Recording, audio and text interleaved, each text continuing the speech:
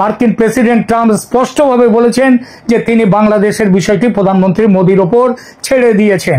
এটি ভারতকে এই সংকটের সমাধানে নেতৃত্ব দেওয়ার সুযোগ দিয়েছে এবং ভারতের প্রধানমন্ত্রী মোদি ভারতের পক্ষ থেকে এই প্রস্তাব আমেরিকাকে দিয়েছেন এবং আমেরিকা প্রথমভাবে এই প্রস্তাব মেনে নিয়েছে যে অনির্দিষ্টকাল ক্ষমতায় থাকা ইউনূসের পক্ষে অসম্ভব।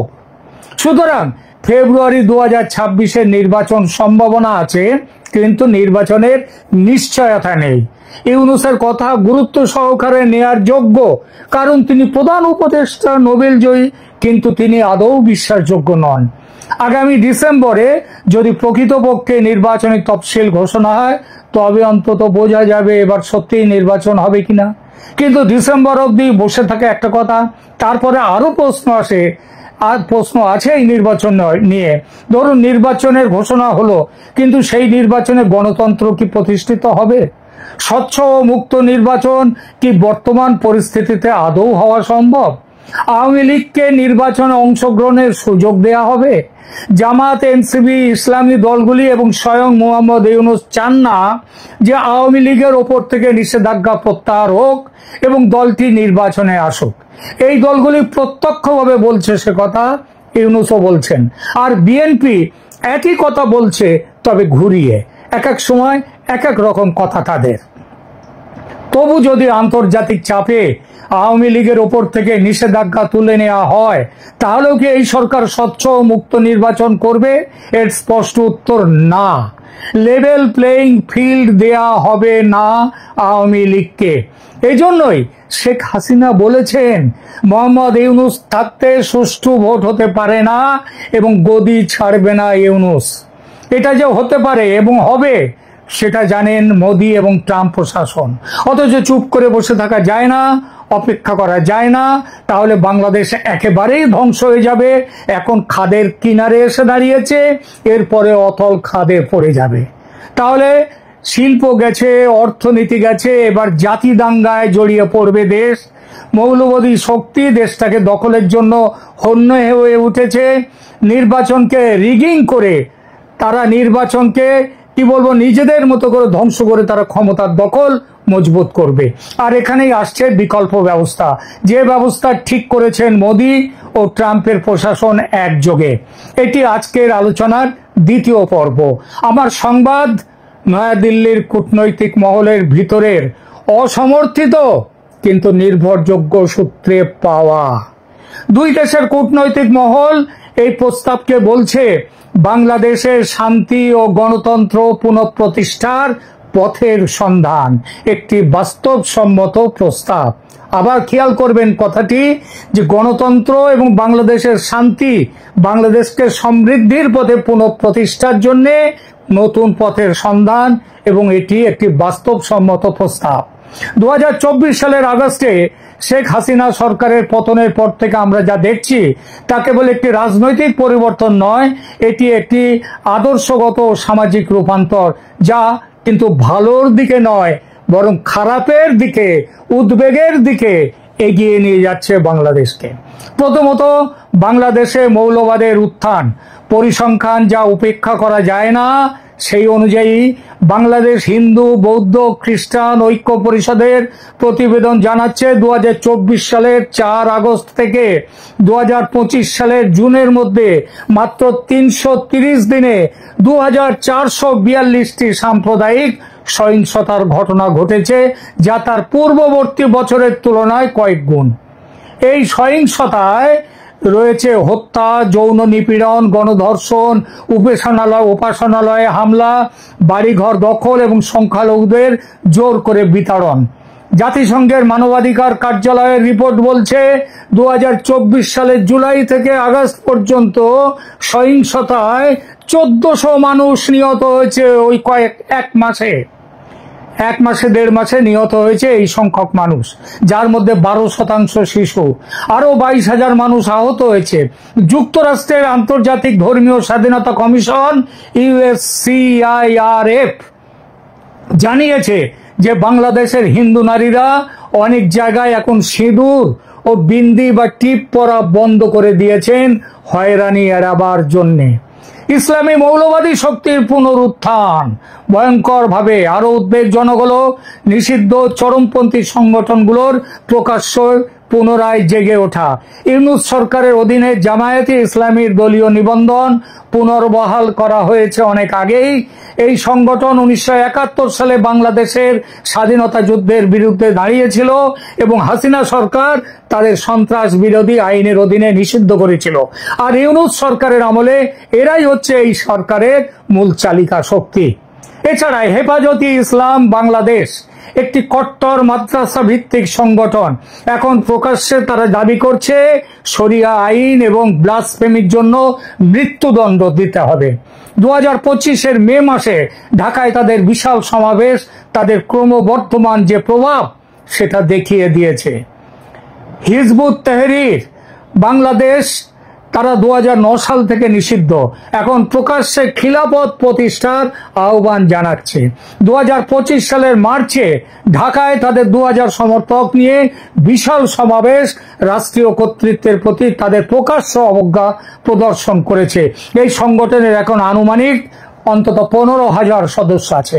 আনসারুল্লাহ বাংলা টিম এর প্রধান জসিমউদ্দিন রহমানীকে অন্তর্বর্তী সরকার মুক্তি দিয়েছে বিচারের আগে, বিচারের বিরোধিতা করে, এবং তিনি 2025 সালে ঢাকার শাহবাগে আওয়ামী লীগ বিরোধী সমাবেশে নেতৃত্ব দিয়েছেন। লস্করে তৈবা আইএসআই এদের বাংলাদেশ মডিউলের প্রধান হারুন ইজহার প্রকাশ্যে এসেছেন। 2025 সালের এপ্রিলে পহেলগাঁও সন্ত্রাসী হামলার মাত্র ঘণ্টা খানেক পরে বাংলাদেশের অন্তর্বর্তী সরকারের আইন উপদেষ্টা আসিফ নজরুল ঢাকার আইন মন্ত্রণালয়ে হারুন ইজহারের সাথে দেখা করেছেন, বৈঠক করেছেন। এক কথায় বাংলাদেশ এখন মৌলবাদীদের স্বর্গরাজ্য। আমেরিকা এতদিনে বুঝেছে এই মৌলবাদী সন্ত্রাসীরা ইউনূস সরকারের বদান্যতায় দেশটাকে কোন সর্বনাশের দিকে নিয়ে যাচ্ছে। এটা হলে বাংলাদেশ থেকে যেটুকু স্বার্থ রক্ষা হচ্ছিল আমেরিকার, সেটাও আর হবে না। ধ্বংস হবে এই অঞ্চলের যে আঞ্চলিক নিরাপত্তা, সেইটা দেশটা আর এক আফগানিস্তান হয়ে যাবে। আমেরিকা এতদিন ভাবছিল নির্বাচনের মাধ্যমে সমস্যা মিটবে, এখন দেখছে নির্বাচন অনিশ্চিত, নানান টালবাহানায় নির্বাচন এড়িয়ে যেতে চাইছে সরকার। ইউনূস সরকার সংস্কারের নামে ক্ষমতা আঁকড়ে রাখছে, এই অভিযোগ বহু মানুষের। বিএনপি এবং আওয়ামী লীগ তো বলছেই অনেক আগের থেকেই। অতীতে সব তত্ত্বাবধায়ক সরকার 3 মাসের মধ্যে সুষ্ঠু নির্বাচন করেছে, আর আজ 14 মাস পেরিয়ে গেছে, অথচ সরকারিভাবে এখনো নির্বাচনের দিনক্ষণ ঘোষণা হয়নি। রাজনৈতিক বিশ্লেষকরা সতর্ক করছেন যে এই বিলম্ব বাংলাদেশকে রাজনৈতিক অস্থিরতা এবং সম্ভাব্য সহিংসতার দিকে ঠেলে দিচ্ছে। বিএনপি নেতা সালাউদ্দিন আহমেদ সতর্ক করেছেন যে ফেব্রুয়ারির সময়সীমা মিস করা জাতীয় এবং আঞ্চলিক নিরাপত্তার জন্য গুরুতর পরিণতি ডেকে আনতে পারে। ভারতের উদ্বেগ নিছক কল্পনা নয়, বাস্তব হুমকি। ভারতের উত্তর পূর্বাঞ্চলের 7টি রাজ্য বাংলাদেশের সাথে দীর্ঘ সীমান্ত শেয়ার করে। বাংলাদেশে চরমপন্থী ইসলামী শক্তির উত্থান কেবল তার সংখ্যালঘুদের জন্যই নয়, পুরো অঞ্চলের জন্য, দক্ষিণ এশিয়ার জন্য একটা নিরাপত্তা হুমকি। 2025 সালের ফেব্রুয়ারিতে হোয়াইট হাউসে মোদি ট্রাম্প বৈঠকে ভারতীয় প্রধানমন্ত্রী বাংলাদেশের সাম্প্রতিক ঘটনাবলী নিয়ে তার উদ্বেগ জানিয়েছেন। ভারতের পররাষ্ট্র সচিব বলেছেন প্রধানমন্ত্রী তার মতামত এবং প্রকৃতপক্ষে বাংলাদেশের সাম্প্রতিক উন্নয়ন সম্পর্কে তার উদ্বেগের কথা রাষ্ট্রপতি ট্রাম্পের সাথে শেয়ার করেছেন। জেনেভা ইউএন মানবাধিকার কাউন্সিলে বাংলাদেশের রাজনৈতিক কর্মী ব্যারিস্টার নিঝুম মজুমদার সতর্ক করেছেন বাংলাদেশে যা ঘটছে তা ভারতের বিরুদ্ধে একটি প্রক্সি যুদ্ধ। টার্গেট হলো ভারত এবং যুদ্ধক্ষেত্র হলো বাংলাদেশ। আমরা এটা মানি যে শেখ হাসিনা সরকার নিখুঁত ছিল না, তার শাসন আমলে গণতান্ত্রিক স্থানের সংকোচন হয়েছে, বিরোধী দলের ওপর দমন পীড়ন হয়েছে, এবং 2014, 18, 2024 সালের নির্বাচনে অনিয়ম যে হয়নি, অনিয়মের অভিযোগ যে বাস্তব, সেটাও দেখা গেছে। 2024 সালের জুলাই আগস্টে ছাত্র বিক্ষোভে নিরাপত্তা বাহিনী প্রথমে কঠোর দমন পীড়ন যেটা করেছে সেটাও অসত্য নয়, কিন্তু তার শাসন আমলে বাংলাদেশ যা অর্জন করেছে তাও উপেক্ষা করা যায় না। বাংলাদেশ দক্ষিণ এশিয়ার অন্যতম দ্রুততম বর্ধনশীল অর্থনীতিতে পরিণত হয়েছিল। যদিও নিখুঁত নয়, তবু তার সরকারের অধীনে মৌলবাদী শক্তিগুলো নিয়ন্ত্রণে ছিল। ধর্মীয় সংখ্যালঘুরা অনেক নিরাপত্তা পেত। ধর্মনিরপেক্ষতার একটা মোটামুটি কাঠামো কিন্তু বজায় ছিল। ভারতের সাথে সহযোগিতা অভূতপূর্ব স্তরে পৌঁছেছিল, যা দুই দেশের জন্যই উপকারী ছিল। ভারতের জন্যও ছিল এবং বাংলাদেশের জন্য বেশি বইতো কম ছিল না। আঞ্চলিক সহযোগিতার একটি পরিবেশ ছিল। বর্তমানে কিছুই নেই। আর এখানেই উঠে এসেছে ভারত আমেরিকা দুদেশের আলোচনায় একটি বাস্তবসম্মত প্রস্তাব। এখন যে পরিস্থিতি তৈরি হয়েছে তাতে বাংলাদেশকে ক্রমবর্ধমান মৌলবাদ ও সহিংসতা থেকে বাঁচাতে একটি অস্বাভাবিক এবং শক্ত পদক্ষেপের প্রয়োজন। এই প্রয়োজন মেটাবার ক্ষমতা এবং যোগ্যতা একমাত্র আছে বাংলাদেশ আওয়ামী লীগের শেখ হাসিনার নেতৃত্বের। এই প্রস্তাবে কয়েকটি পর্যায় আছে। পর্যায় 1, জরুরি স্থিতিশীলতা। এটা 3 থেকে 6 মাসের জন্য। এর মধ্যে শেখ হাসিনা তারা ফিরে যাবেন। শেখ হাসিনা একটি সময়ের জন্য, সীমিত সময়ের জন্য তিনি ফিরে যাবেন। নির্বাচিত প্রধানমন্ত্রী হিসেবেই যাবেন, তবে তার মূল দায়িত্ব হবে একটি জাতীয় স্থিতিশীল সরকারের প্রধান হিসেবে তিনি যাবেন। তার প্রধান দায়িত্ব হবে চরমপন্থী সহিংসতা বন্ধ করা, আইন শৃঙ্খলা পুনঃপ্রতিষ্ঠা করা, সংখ্যালঘুদের নিরাপত্তা নিশ্চিত করা, মৌলবাদী সংগঠনগুলোকে নিয়ন্ত্রিত করা, দেশের অর্থনীতিকে আবার নিজের জায়গায় ভালোভাবে তুলে নিয়ে আসা আগের মতো। প্রয়োজনে এই মৌলবাদী সংগঠনগুলোকে নিষিদ্ধ করতেও তিনি পারবেন। এটা প্রথম পর্ব। দ্বিতীয় পর্যায়ে সংস্কার ও প্রস্তুতির জন্য 3 থেকে 6 মাস। তাহলে মোট হলো এ পর্যন্ত 6 থেকে 12 মাস। একটি সত্যিকারের স্বাধীন নির্বাচন কমিশন গঠন করবেন।